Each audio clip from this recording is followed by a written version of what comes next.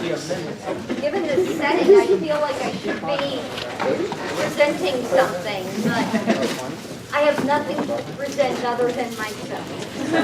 You got a card? Thank you. It's just me chitting and chatting and so forth. I don't guess. Oh, are you blah blah blah? Oh, that actually works. That's great. I love that. Hello.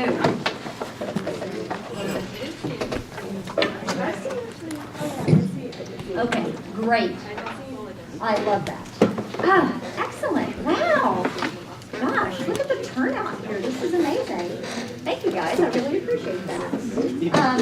And just because I just feel like I'm going to use some hand sanitizer right now. So there we go. Wow, Evangelion. It's 2022 and we're still talking about it, right? It's still a thing. Who knew? Yeah. So, I mean, when I started working on Evangelion, which would have been, I do not remember, like, I know I should remember the exact date and the time and place and all that. I don't. But, like, late 1996, maybe early 1997, don't know exactly when I started working on it. I mean, did I think I was going to be sitting in a conference room talking about Evangelion 25 or 26 years later? No, I did not. I did not. I can remember my very first convention that I did, which was Project A-Con in Dallas back in 1997. And I can remember, okay, it was like the end of May, and Volume 4, which is on VHS, guys, Volume 4 was not out yet. The first 3 volumes were out, and I think Volume 4 was like about to be out, or maybe I don't even know if it had come out, but I feel like it had not come out yet. And at the time, ADV Films, their convention backdrop thing, they had this big convention backdrop that they put behind their table, you know, in the dealer's room, and it was Evangelion. It was this big display thing. And I can remember talking to some people, attendees at the convention, and pointing to Asuka and like, oh yeah, that girl in the red, that's my character right there. And so I know we've been working on it, but I probably wasn't that far into the series. Like, I don't think, yeah, we had not finished recording. You know, we hadn't finished, because we would only do 2 episodes at a time. And the reason we only did 2 episodes at a time is because that's what came out on a videotape. So, yeah, we only did 2 episodes at a time on the oldie VHS tapes. So, you have to understand that DVDs had not yet, they did not yet exist. I think they were in development, but it was not a real thing. They did not exist. Right. So, also, the first 4, I think, 3 or 4 volumes of Evangelion did get released on Laserdisc in the U.S. ADV only did a few titles on Laserdisc, and then it kind of got dropped. It just kind of, Laserdisc went away or whatever. I don't know. But anyway, that was a weird way for me to start this out, but I don't know. So I'm Tiffany Grant. I'm the voice of Asuka Langley Sohryu, and also sometimes Asuka Langley Shikinami. Yes, and so it can be whatever you guys want to discuss about Evangelion, etc., whatever questions that you may have. I mean, obviously, I can babble on about Evangelion pretty much endlessly, but yes.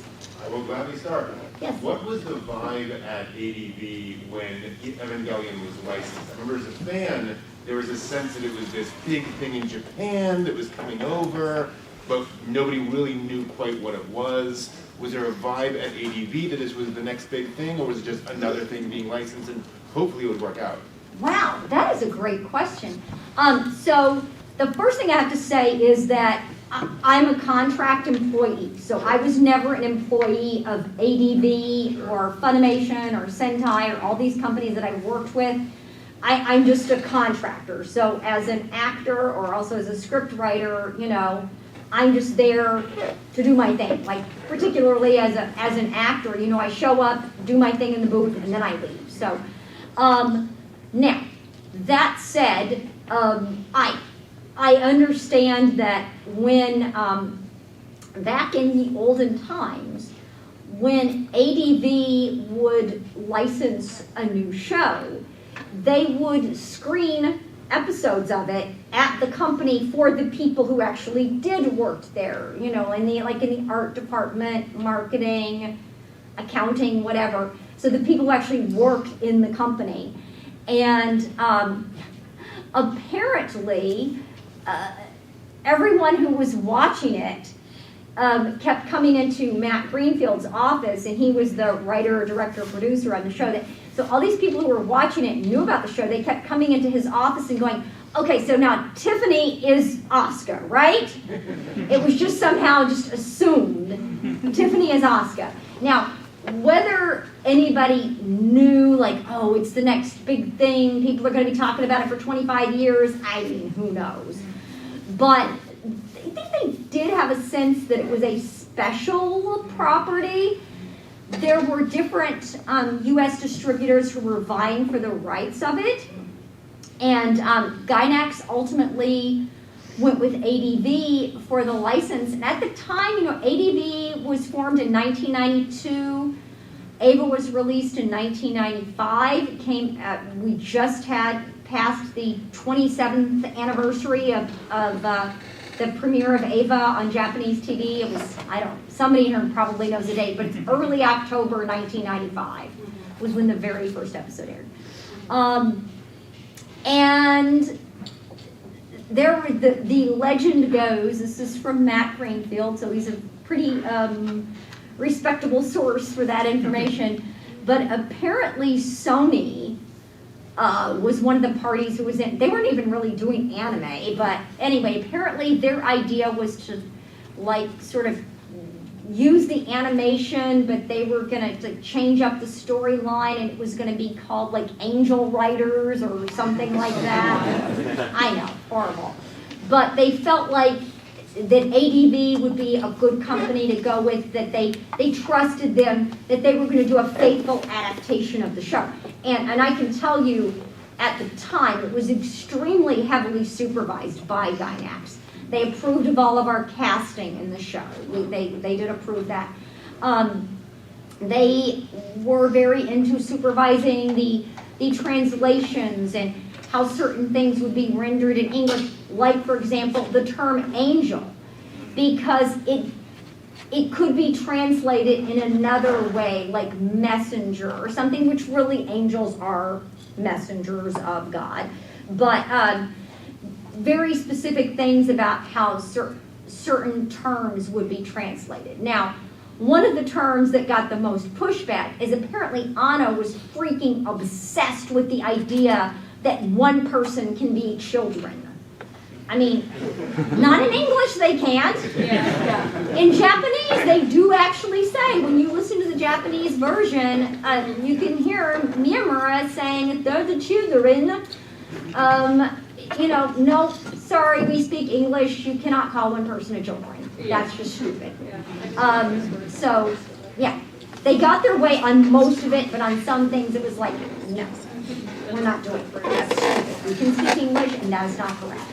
So, yeah, going back to did a script adapting panel last night with Chris Patton, and we touched on this a little bit, like when something is, you know, like grammatically wrong or whatever, like, no, we're going to fix that. We're not going to say it wrong just because they said it wrong. And, as my friend Toshi Yoshida said, and he works for Viz, and he is Japanese, and you know, he says in the English dub of Full Metal Alchemist, they don't call the main character Eduardo Eriku. You know, it's Ed Elric, okay? You know, so anyway, I digress. But there was kind of a buzz about it, but I didn't even know that at the time because, again, I didn't work there. So I went in and recorded my things, and then I was gone. And what I can tell you, this is absolutely true. I was at the studio to record on whatever at the time, who knows, maybe it was Burn Up W or whatever thing that we were recording in that kind of 1996 era. And I got into the studio and I saw that the sound engineer was working on something. And I did not recognize what it was. And so I said, oh, hey, what's that show that you're working on there? And he tells me Evangelion or whatever. And so I go, well, I'm not in that. Because remember, we're only recording 2 episodes at a time. So they were working on it for months before I ever was working on it. And it's like, well, I'm not in that show. What's going on? I mean, at that point, in the first 2.5 years of ADV, I was in everything that they did, you know, a larger role, smaller role, whatever, but I was in all the things. So I go into Matt's office and I said, yeah, I just found out about this show and I'm not in that, so can I be in that? And when I was telling this story to someone a few years ago, they said, wait a minute, so you found out about Evangelion and then you went into the director's office and demanded to be in the show? That's such an Asuka thing to do. Yeah. Well, okay, yeah, it kind of is. But this is what happened. So I went into his office and he goes, no, look, you're gonna be in the show. You're gonna be in it. And I was going, okay, well, you know, when? And what? And you know, I didn't know anything about it at all.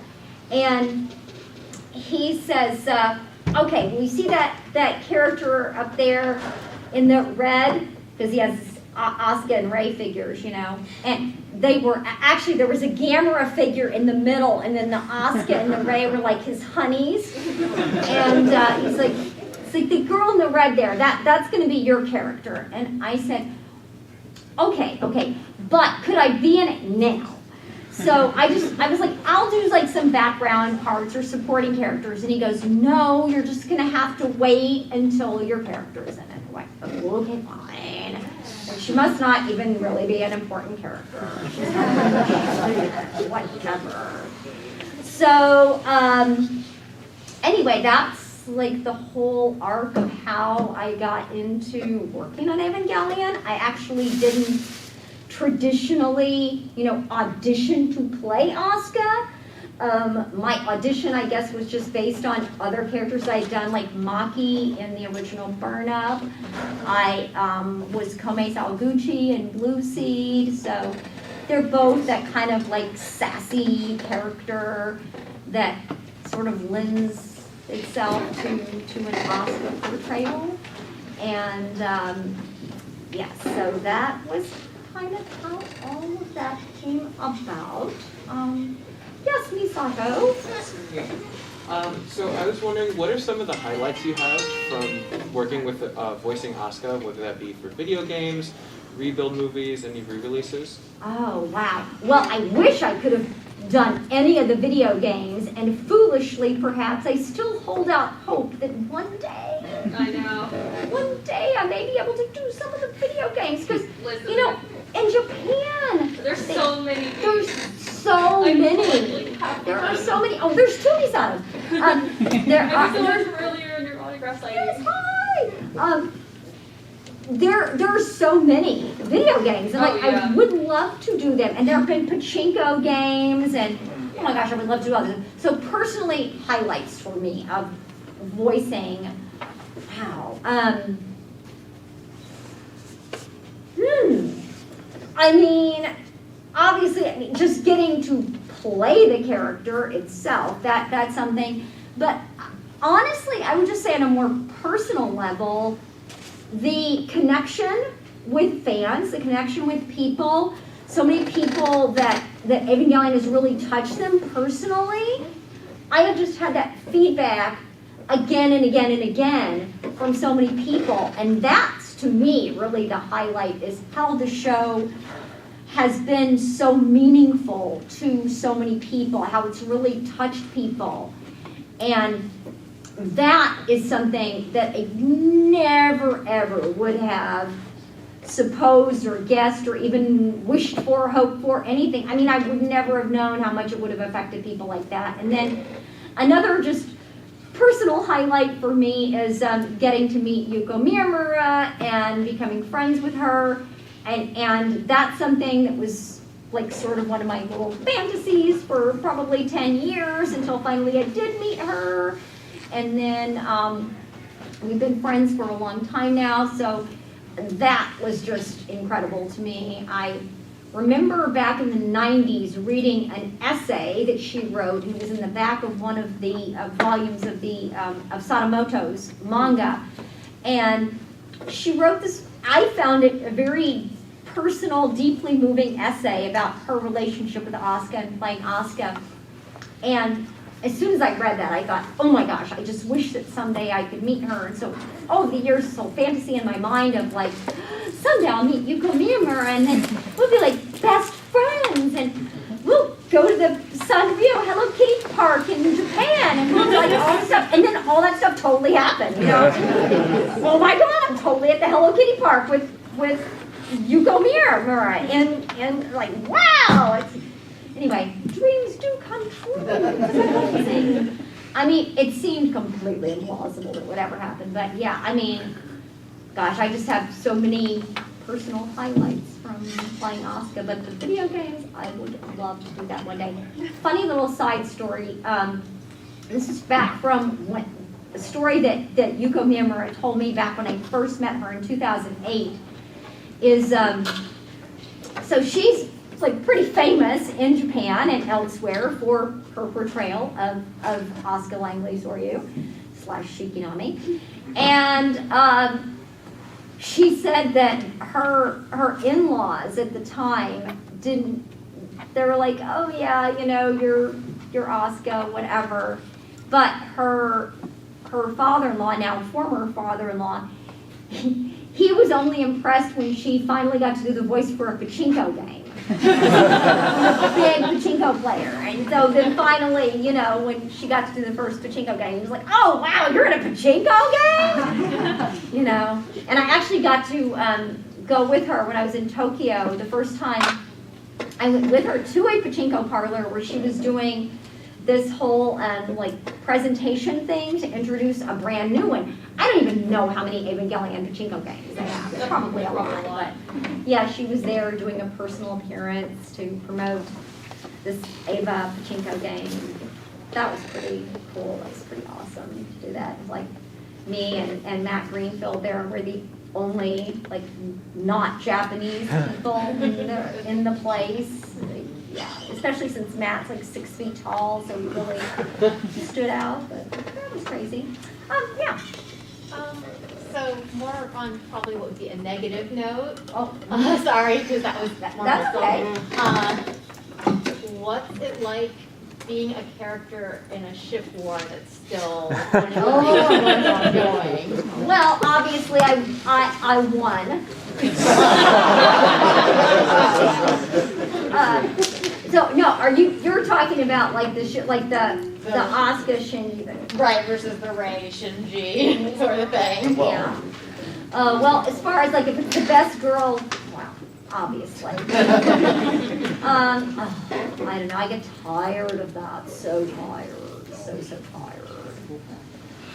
I'm over it now. So why does Asuka have to be with Shinji or with any of them? I mean, that's what I liked about the end of Thrice Upon a Time. It's like Asuka, she's free now. She's free. She's an adult, and she's free, and she can go and she can live her life, and she doesn't have to be with the one little bit Shinji. Maybe she's gonna find some new awesome guy. Maybe it's Ken, but probably not. But you know, whatever. Oh, I have been saying this to my friend Jeremy for years about, well, like, I don't know, like maybe Asuka's with Kensuke. And then when he started hearing the first, you know, rumors or whatever regarding when Thrice Upon a Time came out, and he's called me, he's like, oh, Tiffany, you were right. Asuka does end up with Kensuke. Well, he didn't know yet that I had already recorded. That's what he did not know. And I said, I can't really tell you why I know this, but that doesn't happen. And he was so relieved. But yeah.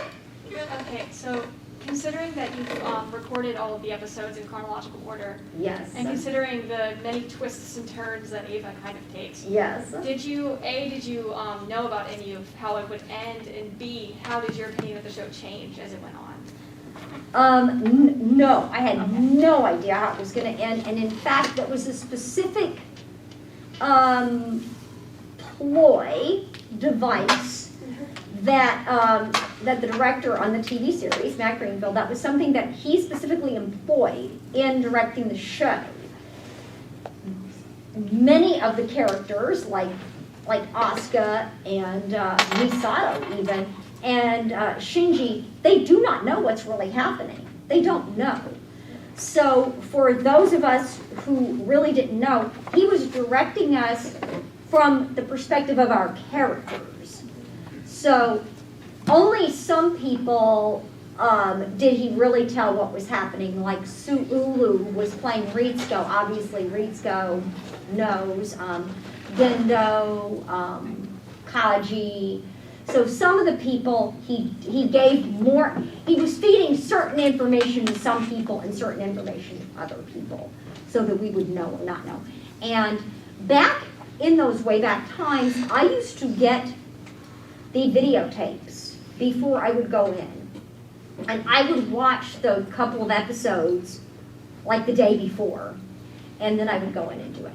So I remember having the videotapes and watching the last 2 episodes. And I called Matt on the phone after which I said, what the F just happened with that? Are you kidding me? This is really the ending of the show? Are you serious? I mean, it was just, but I think that was what was intended. People were supposed to feel like that, like what, so confused. And and Miyamura said that they didn't know where the show was going, obviously, because they were creating it originally, and the ending didn't yet exist until they got there. But she said, "Oh, we think." Thought it was just going to be like have a big happy ending where we're battling these monsters, these angels, and then we defeat them all, and yay! It's like, well, that didn't happen exactly like that. It was, you did get congratulations. Yeah, but it did not at all go the way any of us thought it was going to go. But it's one of those things where you have to kind of have a bit of time to really process that and digest it and take it all in. Because I think for the first time, any of us watching the TV series and you get to the end, it's like, well, I was not expecting that. Yeah. So, but then thinking about that, and then there was a lot of backlash in Japan. And so Anno came out and did the Death and Rebirth and End of Evangelion, and was like, oh, you didn't like the way it ended the TV series? Well, screw all you people, because I'm just going to kill everyone. So yeah, I'm not a really big fan of End of Evangelion. The end of it's like, oh well, that was it was really good at the part where Asuka was kicking ass with all the production model Avas. I like birds. Mega 64 reference. Okay, let me go over here. Red shirt right there.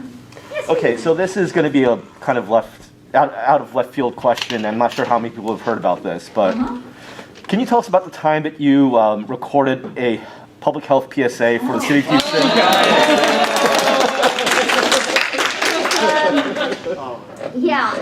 Back in the 90s,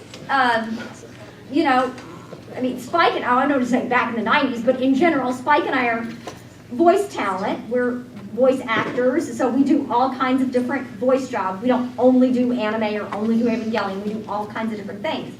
And there was a studio that Spike was working with, and they were commissioned by the city of Houston, which is where Spike and I are from. We're both native Houstonians. And they wanted to do a public service announcement to promote like HIV awareness and, wear a condom, practice safe sex, all that kind of stuff.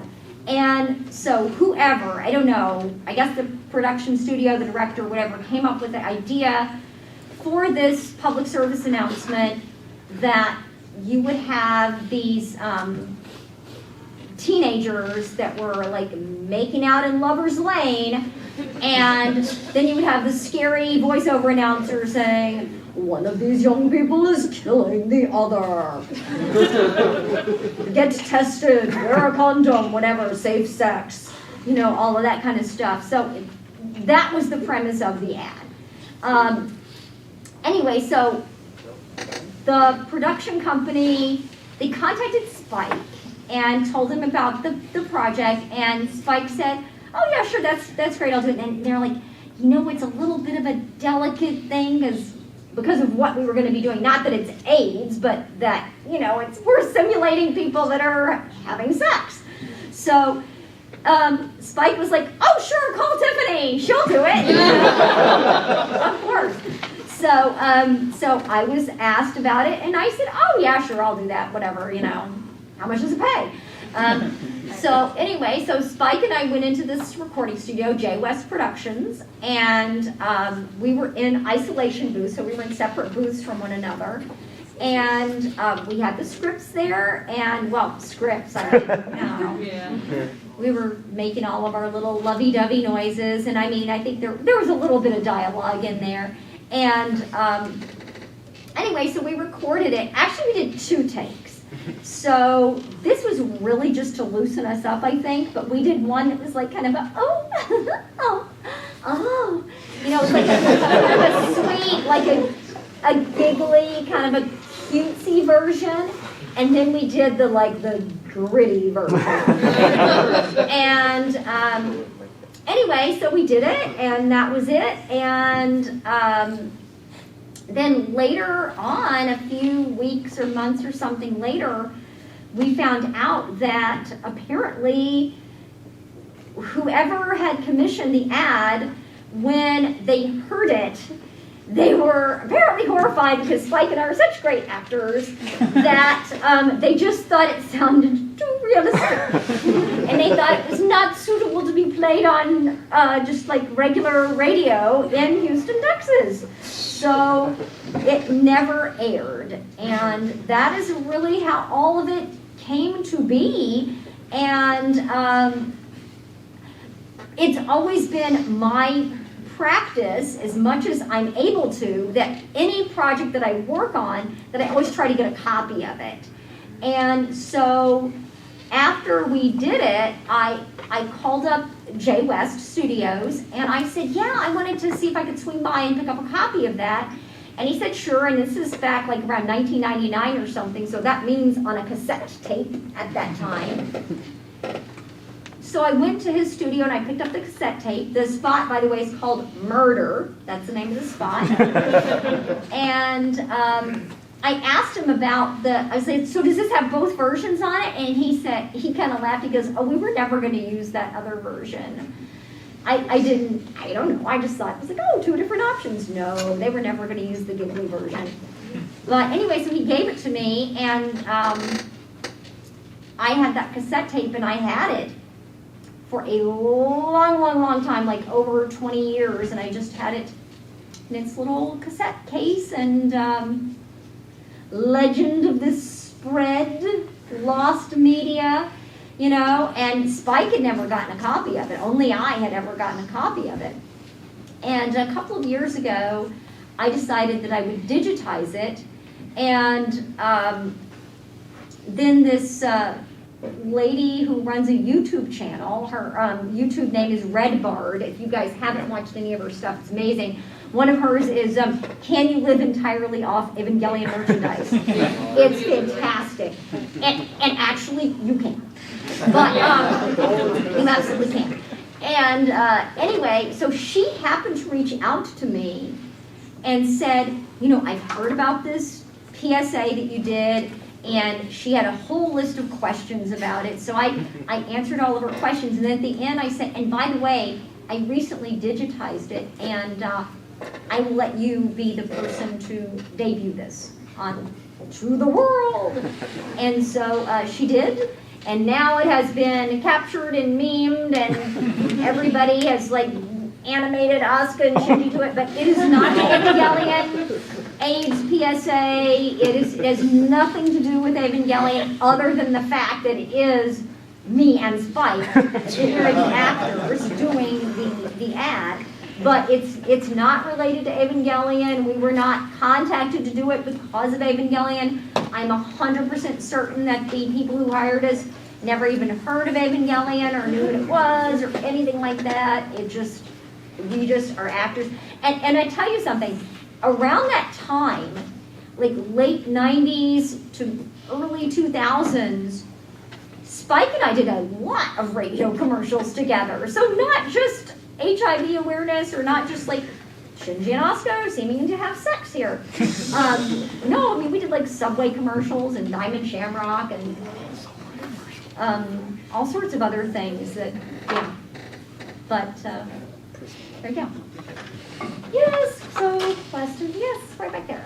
Mm-hmm. I've always wanted to know this. Yes. Are you German? How did you learn to speak German? Oh, okay. Well, when, vielen Dank, Frage. When I was like 15 years old, I very briefly dated this guy called Eric, and he was, well, his mother was German, so he was born in Germany, and he was completely fluent in German. And so I was like, oh, that's really cool. I want to learn some German. So he started teaching me German. And so I was learning German. And then I was like, you're supposed to take a language class in high school. Actually, when I was in high school, it wasn't required, but it was, you know, recommended, whatever. And I was like, you know, I already can speak a little bit of German. Why don't I just take a German class? Now, my mom wanted me to take Spanish because I'm from Texas, and that seems much more practical. But you know what? Everybody was taking Spanish. I didn't want to do what everybody was doing. I wanted to do German because I was like, well, I feel like I'm pretty good at this, you know? And so I took German in high school, and actually I took German in high school for 2 years, but at the end of my second year in high school, I actually completed German 4. Wow. So I did really well. And then when I also took German in college for 1 semester, and I had to take a test because they're trying to see like which level class to put you in. So, you know, they do the classes in semesters, like if you're in, like 101 is like first year, first semester. So the only German class that I actually took in university was, I took German 202. So I tested into like the 4th semester in university, but that was it. So right now, and back when we did Evangelion, so like 1996, 97, I was, maybe like 10 years from when I had studied. So a lot of it was still pretty fresh in my mind. Now it's a little bit foggier. I can get by a little bit. Full disclosure, I played your start sequence for my German teacher. Uh-huh. And she kind of giggled, and that was it. Oh, okay. I was being like awesome, and she just kind of went, okay. Like, why are you playing me this Anfang der Bewegung? Yeah. So that's what I always wondered, because I did that for school. Yeah. One thing that I did do, because like this was something that was really, really daunting for Miyamura when she was told that she was going to have to do this for the Japanese version, because she had never taken German or studied German or anything. And German and Japanese, I mean, they just almost couldn't be more different. You know, English is a Germanic language, and English and German are really very close. But some of the, you know, pronunciation was a little bit off. I mean, casting no aspersions on her at all. I mean, I think what she did with it was amazing, you know, given having like no background, and I'm sure no German speaker in the studio to tell her anything. But we just made sure that, you know, the grammar was correct and the pronunciation was correct. And one of the things that we came up with in the very first recording session that I had for Asuka, well, for one thing, we were trying to decide was like, should she have a German accent or not? That was something that was seriously considered, and we decided no. But we also came up with the idea that since she's from Germany, and that's kind of really her mother tongue, even though she can speak English and she can speak Japanese, we said, wouldn't it be cool if we just throw in a little extra German? So we didn't change any of whatever Asuka was saying in Japanese, and then I was just saying it in German instead of saying it in English. So there was quite a bit of that, and that was a lot of fun for me. And I was really super excited that we got to do that. And, you know, there's, of course, Asuka's phone conversation that she's having with her stepmother, where that's in German. And I used as much of the original dialogue as I could, but some of it was either inaudible or I just didn't know what she was saying. He's like he's a clean man or something. Honey, I don't remember. That's 25 years ago. I don't know. But, yeah, so I did that, and that was a lot of fun for me. So, you know, the biggest disappointment for me when we started doing the rebuild movies is like, oh, Asuka doesn't speak German anymore now. Oh, that's disappointing. Because I remember when we did End of Evangelion, and Amanda Wynn Lee, she directed Death and Rebirth and End of Evangelion, and in the script, there were places that she would write in the script, in parentheses, Tiffany swears in German. And so then she would just leave it up to me to come up with the appropriate thing to yell in German, so we still had some German in the dialogue there. Yeah, but, you know, as much as my mom said that I should have taken Spanish, aren't you glad now that I did? See? It worked out really well. Thank you.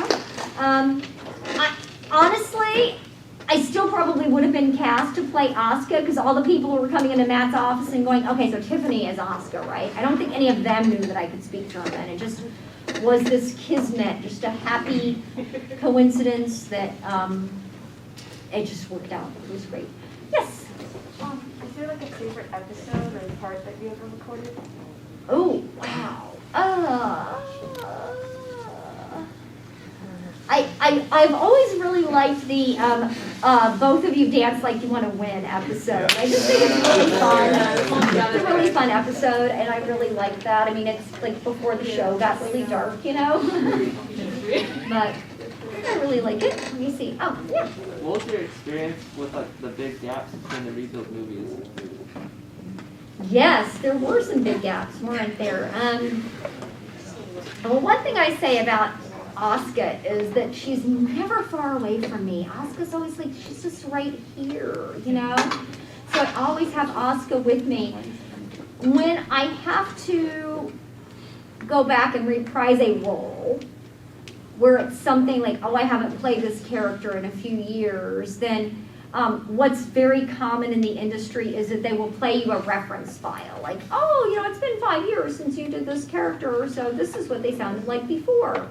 And I don't need a reference file for Asuka because, like, yeah, it's just, she's always there. She's always with me. So I can be Asuka anytime at the drop of a hat. So it seems weird when I think sometimes about how many years went in between the various projects. But it's just like putting on a favorite shirt or something, you know, it's just, she's just right there. So there's, yeah, it's, I don't know, when I get back in the booth and I'm Asuka, so I don't know if I'm ever gonna get to do that again, but if I do, I'm sure it'll just be like, yep, this is it, this is right, I'm in the zone, it's Asuka, you know, it's all good. Yes, oh, lots of people, yes. I guess on that note, like, was there a moment where it just like dawned on you, like, yes, this is my character? I know, like, ages ago, I remember seeing online that you have like a massive Asuka collection and everything. Was there ever this moment where it was just like, oh my god, yes, this is the character I'm sticking with, this is my favorite?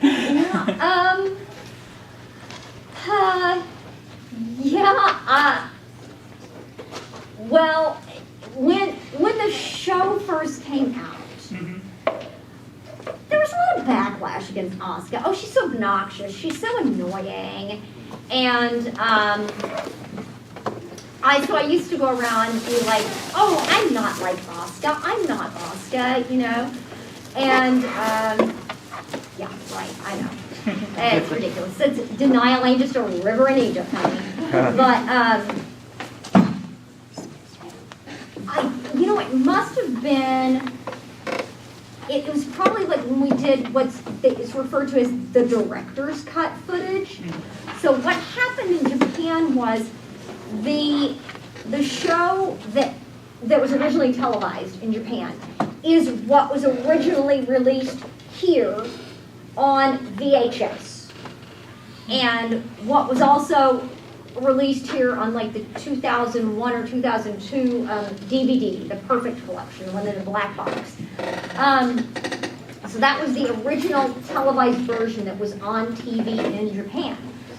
But what happened in Japan was they literally ran out of money towards the end of making the TV series. And there was all this extra stuff that they kind of wanted to do and wanted to have in the series, but they ran out of money. So by the time the series ended its run on TV in Japan, which, by the way, I guess I really want to say there was two. So when Ava first ran on TV in Japan, it was not nationally broadcast like on every single TV in Japan. It was on certain channels or whatever. And then as that was gaining popularity, then it reran, and then that's when it was broadcast fully throughout the country. And by the end of that full second run, it was making money, it was profitable, they were selling the merchandise, whatever. So when they went to make the home video version, then they had the money and the time to make all this additional footage, which was just in the last few episodes, and to really flesh out the story more. And the contract that ADV had negotiated with Gainax was back from like 1995, when the show first started airing on TV in Japan. So it didn't occur to them like, oh, they're going to make new footage. And they did not have the rights to that.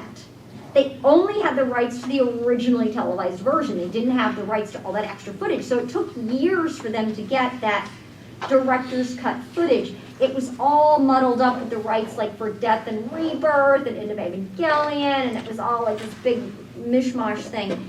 But eventually, 2003-ish, something like that, ADV managed to get those rights, and so they re-released the last 6 episodes of the show, and they called it the director's cut, which is a pretty good name for it because this was all the additional footage that Anno wanted in the show for those episodes. So, and most of all that additional new footage, most of it was Asuka. And I remember being in the studio and recording it and watching this footage, and I was like, oh wow, if this had been in the show originally, people would have been so much more sympathetic to Asuka. Oh my gosh, if people had only known all this stuff about her backstory and her tragic, beginnings and all of that, it's like, wow, they would have liked her so much more. And so I think really it was around that time that I became a lot more, a lot closer to her, like, okay, now, I loved Asuka before, but it made her a more fully formed character, and it definitely made her more likable, because I can tell you that in the US anyway, well, probably everywhere, but people liked Rey. It was like, if it's the best girl thing and it was Asuka versus Rey, it was pretty much Rey. And Asuka didn't really become as popular as she is until after that happened. It was a pretty dramatic shift. People were like, oh, she's annoying. She's a bitch, whatever. We don't like her. She's like, whatever. I don't know. But yes, that was a very, very long answer to your question. These things are complicated because it's Ava. So all the answers to Ava things are complicated. It's one of my favorite episodes. Yes. You said you met Yuko Mimura, but who else on the whole Japanese Ava people did you meet? Did you meet Anno? Did you meet? I've never met Hideaki Anno. No, I have not. As far as I can remember, I believe the only other person that I've met, and I want to say only because she's a legend, but Kotono Mitsuishi, Sailor Moon, but she was Misato Katsuragi. Misato, yes. So I got to meet Kotono Mitsuishi, I think it was 2014. It was at SakuraCon in Seattle. And the thing that she and I have in common is that we both played the character Kome Sawaguchi in Blue Seed. So we had our little bonding moment over that. And of course, the fact that, she's Misato, my very irresponsible guardian. Would you put this woman in charge of your children? No, you definitely should not. But yeah, I think Mitsubishi, I think that's the only other person that I've actually met from Japan. I think, as far as I can remember. Yes, person sitting next to the Misatos. Yes. I was the Asuka from this morning, but my zipper broke. So my zipper broke. Oh, your zipper broke. Okay. Yeah, so I had to change. Oh, but Asuka with me. Well, you look fantastic. Yeah, thank you. But so you mentioned earlier about Ava merchandise and how there's just so much of it. So do you have a particular piece of Ava merch that you think is that you really love? It could be just out there or weird, or could just be a figure you really like. Do you have a favorite piece of merch maybe? Oh my gosh, I have such an unbelievable amount of merchandise. Wow, it is so hard to pick a thing and one Asuka thing. I have my Hello Kitty Evangelion toaster that's in my kitchen, and I do use that on a regular basis. It's a thing that is a part of my life, part of my day-to-day thing. I have to tell you, I was pretty excited a few years ago when Asuka got a Funko Pop. That was very cool. I don't know why. I mean, there's so much Ava merchandise. But I was like, but I have a Funko Pop. This is a big deal. I actually have 2 Funko Pops. So none of the other Ava characters have 2 Funko Pops. And by the way, I did have the first. I think this is going back to the previous question about, or my previous comments about Asuka being popular, because she's the best girl, so, as well know. Yeah, some questions. Yeah. Was there a scene that was harder for you to voice as Asuka, or a scene you didn't like as much as being Asuka in, or Oh, wow.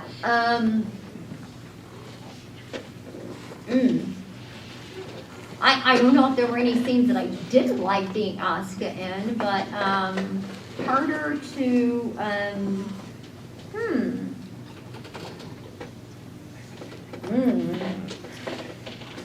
I don't know, I mean, the screaming is always pretty challenging, physically.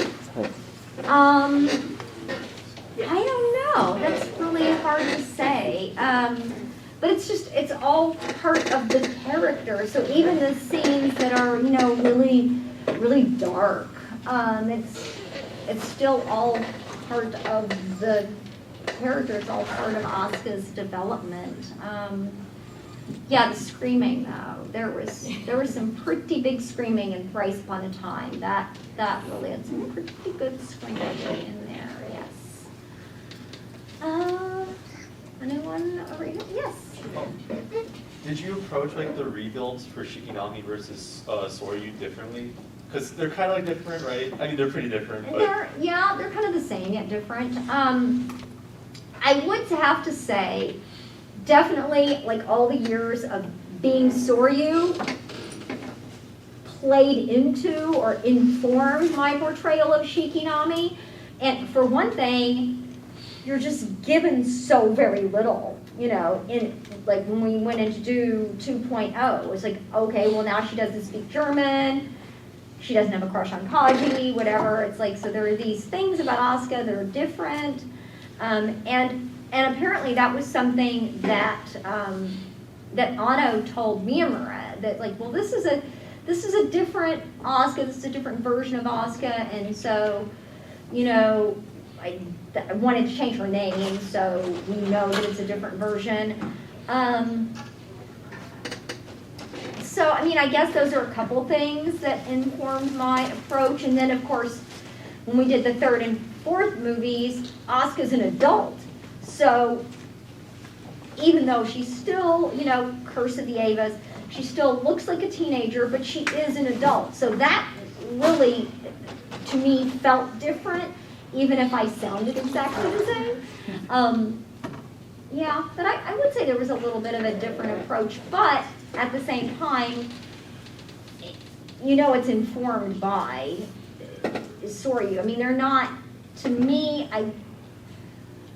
it's so hard to say if I see them as being they're not completely different. They're not. They're, I don't know, two sides of the same coin maybe is a better way of thinking of it. Anybody got some questions? Yes. What's your opinion on Kaworu? Oh. Well, I did not like in the manga when he killed the cat. Did not care for that. Not a big fan of that. Well, I mean, Kaworu is a very important character. You know, not really in the story a lot, but still, like, it's a very pivotal character to the story, and you know, as part of, I mean, Kaworu doesn't really have any interaction with Asuka per se, but very important to Shinji's story arc. You know, and I've had very many prolonged conversations with Matt Greenfield about, you know what it is, the famous line. And the thing is that, like, that line, that I love you, it's, there are different ways, like, what he actually says in Japanese, it's a lot more vague, or the way that it can be interpreted. But to me, the way that I think of it, and this is like for Matt too, is that Kaworu is not really a person. I mean, he's not a human. And I think of it as more of a, what is the right word I'm thinking of? Like the love of God or whatever, like a pure, wholesome love. And nobody's ever told Shinji, I love you. And for someone who's been in Shinji's situation where he has been deprived of that love, that attention, and to say, I like you, it just, there's no impact of that. I mean, pardon the impact pun, but it just doesn't, there's just, to me, it's just empty to just say, I like you. It doesn't have the weight of it. And I think that that's such an important part of that relationship of Kaworu and Shinji, that, you know, that Shinji is loved, that he's accepted. And, you know, that's kind of Kaworu's place in that story. He's never going to hear it from Asuka. But anyway, thank you for the question. Do we have two? Yes, please. Aren't you on Twitter or Instagram? I am not on Twitter. Why? Drama. Too much drama. No, I reject it. I follow Amanda Wynn Lee, and she's so great. So she is great, and she's Amanda's so all about the drama, and I am not about the drama. So I have a very friendly, very friendly Tiffany Grant fan club on Facebook. You are welcome to join me there. There will be no drama. It is all positivity, and we support each other and post cosplay pictures, and it's very nice. Isn't it nice? Yes, People are I nice. joined a couple weeks ago. Yes, It's very wholesome posting. It is. I'm not saying that there won't be some rough language on there, because that's probably going to happen. But, you know, there's no, like, we're bashing people or whatever. It's all good. And So- who's taller, Jason or Matt? What? Who's taller, Jason or Matt? Oh, Jason. Jason's crazy tall. You're talking about Jason Lee, Yeah, right? yeah. Oh, yeah. Jason Lee, Shigeru Aoba. He is also known as Amanda Winley's husband. Yeah, Jason, I'm saying he's crazy tall. I'm 5 feet tall, so what do I know? But Jason, he's like, I don't know, 6'4", 6'5", yeah. She said it Jason- once and I don't remember. Yeah, Jason's really tall. And Amanda's only like, she's taller than I am, obviously, but Amanda's probably like, I don't know, 5'3" or something? Yeah. She's taller than I am, but not, you know, even verging on what anybody would consider tall. And then their kid, he's also tall. He's like, Nicholas is tall like Jason, yeah. Okay. So Facebook group, and then also, this is new, I just started this a couple weeks ago, but I have a Tiffany Grant YouTube channel. Oh. So, yes, I'm now on YouTube. So it's mostly Tiff's tips, which are fascinating, things to live by. And a lot of videos of adorable animals. So yes, critter videos, or as somebody in my Facebook group called it, I love your 10-second nature documentary. Yeah. Okay, we have like maybe another minute left. If we have a last question or two. Oh my gosh, yes. Favorite Oscar line? Favorite Oscar line, okay. Favorite Oscar line that actually exists. It is simply the duty of the elite to protect the ignorant masses. Okay? Favorite Oscar line, ephemerally, in the first version of 3.0, the one that was only available in select movie theaters in North America, I had the line, he's not just an idiot, he's an asshole.